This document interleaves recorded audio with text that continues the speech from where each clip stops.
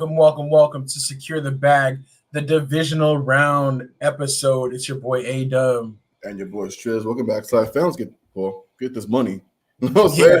saying? It's towards the end, you know what I'm saying? So less games to bet on, but hey, we got games to bet on, so let's get it. Exactly. You know, there's nothing like a 16-team parlay at the beginning of the year, but we way past that. We're in the divisional round now, only 4 games to look at and to predict this weekend, but we're gonna bring you our predictions on all 4 of them and hopefully get you geared up for a great weekend of football. So definitely want to welcome in Pops to the show. Thank you for being here with us, Pops, as always. And we're looking forward to everybody playing along, whether you're watching live, whether you're watching later on. Don't be afraid to drop your predictions for the games in the chat. And also, too, don't forget that Super Bowl squares are on sale. We're trying to get that grid filled out. And I'm expanding, trying to invite a few more people in. So the squares might be going quick this year. So make sure if you're wanting some squares, you get up on it as soon as possible. So get down on it. Get down on it. Yes, let's get it. Okay, so let me pull up these graphics really quickly, and we'll talk through these games as we always do. First off, we're gonna go through last week. Now, last week we picked all the games against the spread, which is a little bit trickier. Strizzy came through with 3 bags. I came through with 2. We did better on the money line, of course, but we're picking against the spread, so that's the nature of this beast. A few really close lines this week and a few big spreads as well to talk through. So we're going to get into that, but we are going to pick all of the games against the spread again.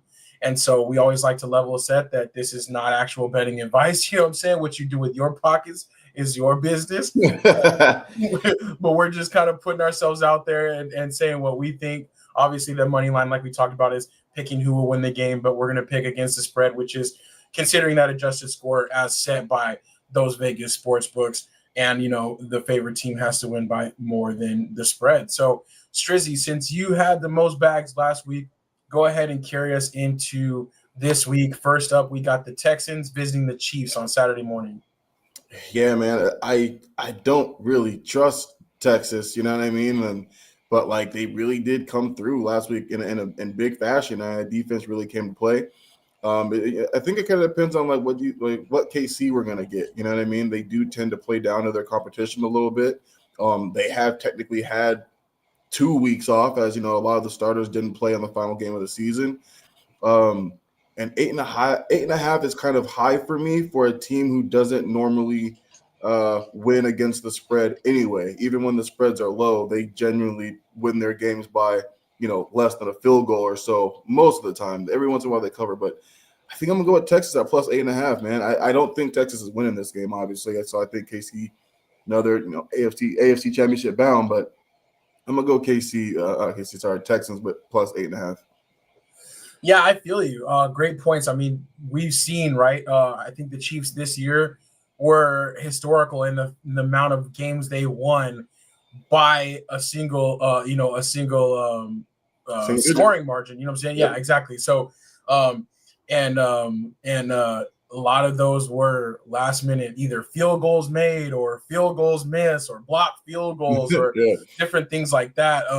That kind of saved them late. So they had a lot of close calls, and an 8.5 point favorite, especially after what we saw with the Texans do. The Chiefs, quite frankly, they've had trouble protecting Pat Mahomes. He's had to be on the run a little bit more.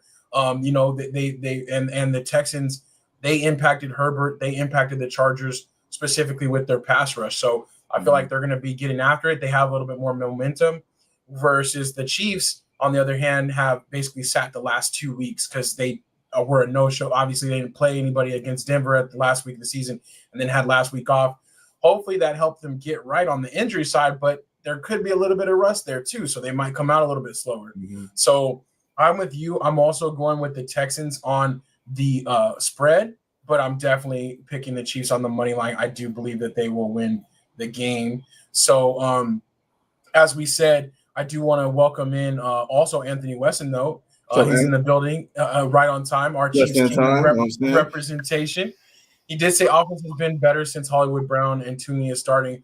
That is very true, but I still just feel like they play these games very close, and 8.5 is a big spread. A I big don't margin. hit an 8.5 all year. I mean, or at least not when the spread was that high, I guess. We'll have to see. I'll have to check up on my math on that. But so basically, as we put then our guys in there, we're both going to be going on the side of the Houston Texans for this week. Oh, Anthony West reminds us though, you're getting playoff Pat, and we know he doesn't play around. We know he's only lost like 3 playoff games in his whole career. So definitely a different level of Chiefs team. So we'll see. I could be wrong on that. We could be wrong on that, but I feel comfortable with that just because it's such a high spread. All right, moving on to the next game, we have the Washington Commanders visiting the Detroit Lions. Detroit favored by 9.5. Yeah, I gotta take Detroit at the 9.5 mark. I love what Washington was able to do. Jaden Daniels getting his first playoff victory, which is huge. I mean, he had a phenomenal season all year. So to get your, he's kind of having the year that Stroud had last year. You know what I mean? True. Like him actually getting his team to the playoffs. Yeah, they've got good coaching and things of that nature, but like they haven't had the best defense. So he's literally had to lead them there. You know what I mean? So, can't wait to see what this kid does. But I do think Detroit does win by the 9.5 spread. I think the offense is just going to be too much, and the defense is playing well enough that all they need is a couple of stops. And on those stops, they're going to score. You know what I'm saying? So I think it's going to be a little too much for Washington to keep up with. And, love what they've done, but I think Detroit rolls. Yeah, this is a tough one for me because I do agree that Detroit has been playing well enough on defense despite their injuries, and that Washington, even though Dan Quinn is a defensive head coach, hasn't had the best defensive performances. So I am expecting a little bit of a shootout.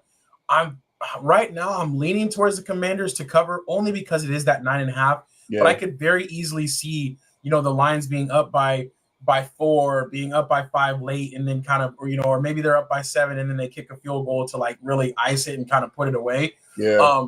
But I could also see Detroit front running and being up by 10 most of the game, and then Washington scores late with a little bit of Jaden Daniels magic to cut the lead to 4 or something like that. So yeah, I think I am going to go with the Commanders on the spread, but definitely both of us are aligned on the Lions on the money line. But also I could easily see it being a blowout as well, but just this is such a big spread for a playoff. And I don't know why I just get a little bit nervous. Even going into last week, I'm like, I think Pittsburgh's going to keep the game close. They didn't, they got blown out by 2 scores. So it's like I could easily see that kind of a situation here as well. So, but I definitely believe in the Lions as the strongest team on the NFC side. So yeah, the way things go when you see big lines like this, not everyone seems to cover. So either Washington's going to cover or Texas is going to cover. Now both of these teams aren't going to get blown out. That's for sure. So it's going to be one or the other. True, absolutely, yeah. And Vegas knows what they're doing, man. It's incredible how accurate the lines end up being when you go back and look. They're usually just a point or two left or right, which is what they want. So, Anthony Weston says, I think Washington is going to surprise, will be a lot closer. So I think he's leaning on that Washington side on the spread. But I'm wondering if he thinks that that they have the chance to really truly make the upset. As good as Jaden Daniels has been this year, I do think his stellar rookie campaign stops here, though. And then Pop, so I missed this one earlier, but he did say about the Kansas City game, he thinks he agrees that Kansas City will win, but in a close one. So, all right, let's put our guys in place. All right, we in there. Okay. Next up, we have on Sunday morning the Rams visiting the Eagles. The Eagles are favored by 6. Yeah, man, this was tricky.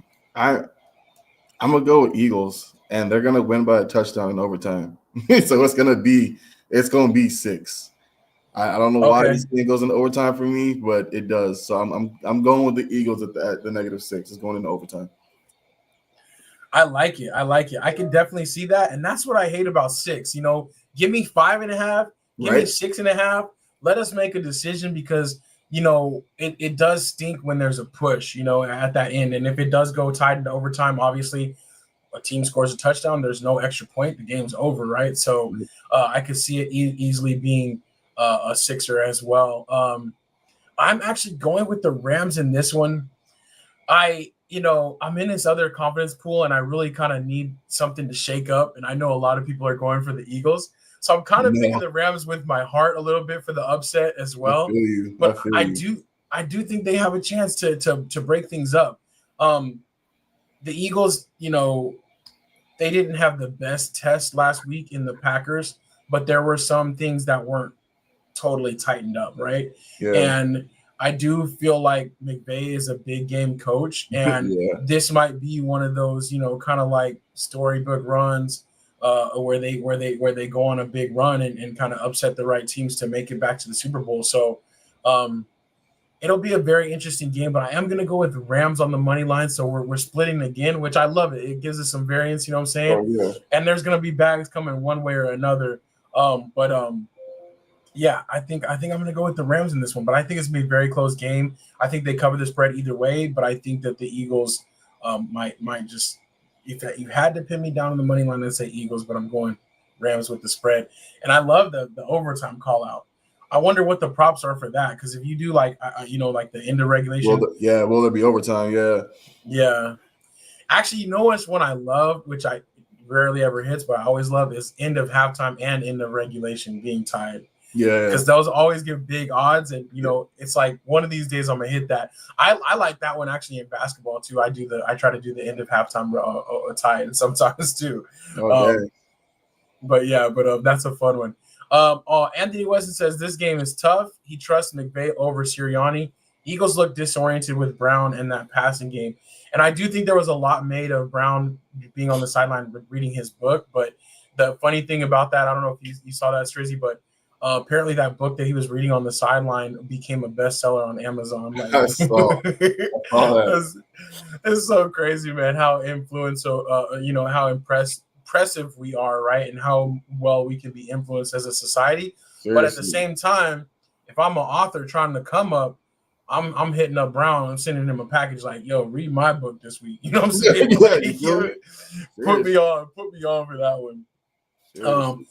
Pops is undecided on this one, so he's still on the fence on this one. I think this is, for me, probably the most interesting game of the weekend. Probably the one that, well, actually, I shouldn't say that. We still got one more game to go. So let me go ahead and let me keep this moving in.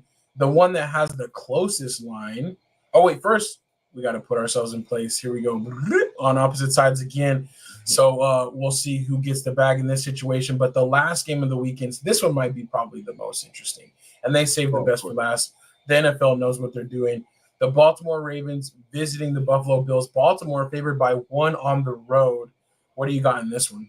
Man, winner of this game wins MVP. You know what I mean? Like, they always talk about being in a regular season of war, but like, let's be realistic. MVP is never really picked until like Super Bowl comes. You know what I'm saying? So until Super Bowl week. So or a Pro Bowl week, one of those two, but comes up after the fact. So this one's tricky for me, man. Obviously, I'm going with my boys. I'm going with the Ravens for sure. As much as I love Josh Allen, as much as I love what he's done, especially with the team he's had to do it with, this is, you look at the offense, like, it's not a good team, you know what I mean? And somehow he's just been balling all year. So hats off to him. But I just don't want I trust the Baltimore Ravens more against the Chiefs. You know what I mean? I really do, especially in the playoffs. Josh Allen beats them in the regular season every year, then gets beaten by them in the playoffs every year. So I think the Ravens, honestly, just have a much better chance of beating Kansas City in the next round. So I'm hoping my boys get it done. Got you. Yeah, I feel that. I'm also going with the Ravens in this one. At -1 is a pick 'em. So, I mean, it's obviously like it's the same spread or money line. It's crazy to say this, but if you watch that Bills-Broncos game, that game was really close. Mm-hmm. Until that 4th and 1 scramble type play where Josh Allen hit the dude in the back of the end zone. And I'm still not sure that his ankle didn't go down before he had that ball. Right. I'm still not sure, but I get it. That's over with. But that was such a big swing in that game, because if the Broncos get the ball back then where they were at, and if they go on to score, like, the pressure's back on the Bills. The Bills were settling for field goals. The Broncos were being physical with them. They just couldn't get in the end zone. But that game through the first, I'd say 2.5, 3 quarters was really there for the Broncos. Like there was pathways to victory. And then it all ends up the way it ends up. The Bills look like, like they just kind of came and beat down that team and rolled over them. But at the same time, they really didn't. I think Baltimore is going to look at that closely and see the way they played them, see the way they kind of stopped that run. And I think that the Ravens have the answers that they need for the Bills. And then on offense, their offense is just more explosive, especially with the added dynamic of Derrick Henry, like we've talked about all year. So, especially don't let the Ravens get a 10-point lead or something like that. Then it's a totally different ballgame for them. Yeah, when they get a lead, it's funny. When they get a lead, they can put points on you really quick. But then when they get too big of a lead, they take the pedal off. So one of my biggest gripes with Harbaugh is he gets a really big lead and he's just like, let's coast till it's done. It's like, no, bro, like let's, you know what I mean? Like even if you gotta take Derrick Henry out if you're up 30, like I get that, but keep the play calling rolling. You know what I'm saying? So I don't know. It's gonna be a tough game. Definitely the game of the night, that's for sure. But I love the way Derrick Henry's been playing. I love how they kind of kept him fresh at the end of the season, not making him run so much because there were some games where he just was kind of non-existent, and it's shown in these last 2 weeks. So I don't know, man. I'm loving it. So hopefully my boys can get it done. And also, we beat them down earlier in the season too. I think it was like 35-10 or something like that. So I don't like playing a team twice in the same year. You know what I'm saying? It's all always tough, but hopefully they can get it done. You know what I mean? Yeah, no, for sure. Great points about them, the way that the Ravens front run and they kind of do take their foot off the gas, and also about Henry as well. I'm glad that they've gotten him some rest though, because especially late in the season, especially when you played this many games in a row. Now this is 20 games in a row for both of these teams, right? Or you have the bye week thrown in there, but still, that's a lot of wear and tear. And it's a lot easier to psych yourself up to tackle somebody like Derrick Henry when it's week 5 than when it's like, what I'm saying, when it's, January and it's freezing cold and you got this dude coming downhill on you. So very interesting stuff there. But yeah, I think we're both on the same side on that one. So I'll make sure our guys are in place. And I do want to get to a couple of these comments as we mark ourselves out there. Both of us on the Baltimore Ravens for the money line and the spread, of course. Anthony Weston says Ravens because I'm over Bills fans. Pop says Ravens as well. Anthony Weston says ref coming over to console Allen. All this stuff people think happens for Mahomes happens for him. That was an interesting situation. I wish I could really know what he was said or what compelled the ref to go over there and talk to him, even if he wasn't like apologizing about the play or even if he's warning him about something else. It's something you very rarely see is somebody that's on the bench and the ref goes all the way over there to talk to them. You can see sometimes when they're on the field or in between plays or there's like a water break, injury timeout, TV timeout, they might go over there and say, hey, by the way, or hey, cool it, or whatever. But to come all the way over there and to put his hand on his shoulder, that was very weird to me. Yep. I wish we can assume what was probably being said, and it's easy to follow that narrative. But I just wish we could really know what was going on there, Yeah. Also, Anthony Weston asked, is Zay Flowers playing? It looks like he's not. He did not practice. I don't think he practiced Wednesday or Thursday. So I think he's trending downward. Yeah, as of right now, it's not looking good. Yeah. All right. So there was our 4 picks for the divisional round this weekend. And it's like so exciting that it's coming up to the Super Bowl, but it's also, it's sad. It's that blessing in disguise because we know these games were dwindling down and our opportunities to watch high-level football are dwindling down. And we know we have the dark times, coming soon from February all the way through August. So we try not to think about that too much and just look forward to what we have and enjoy what we have Saturday and Sunday, 2 great slates of games. Here is our money line picks as well, again, for the year. And then our updated bag total. Strizzy's catching up on me with the 3 bags last week. So great job there. We usually do at this portion of the show like some prop bets for the Thursday night because we usually do this before Thursday night football. With there not being like one highlighted game, is there any prop, Strizzy, that you have like just from any of the games that you feel really, really good about? Nothing yet. I do think one of the one of the Lions running backs is going to at least go for 2 touchdowns there. I'm not sure who it's going to be yet. I kind of think of Montgomery because he's been out. They want to get him kind of rolling again, especially on the goal line stuff that he usually takes over for. But both of them to score a touchdown, the odds were kind of whack. There's really no point in going for one. You're probably better off going for 2. So one of them is going for, I think, multiple scores. So we'll see which one it is, but nothing too crazy yet.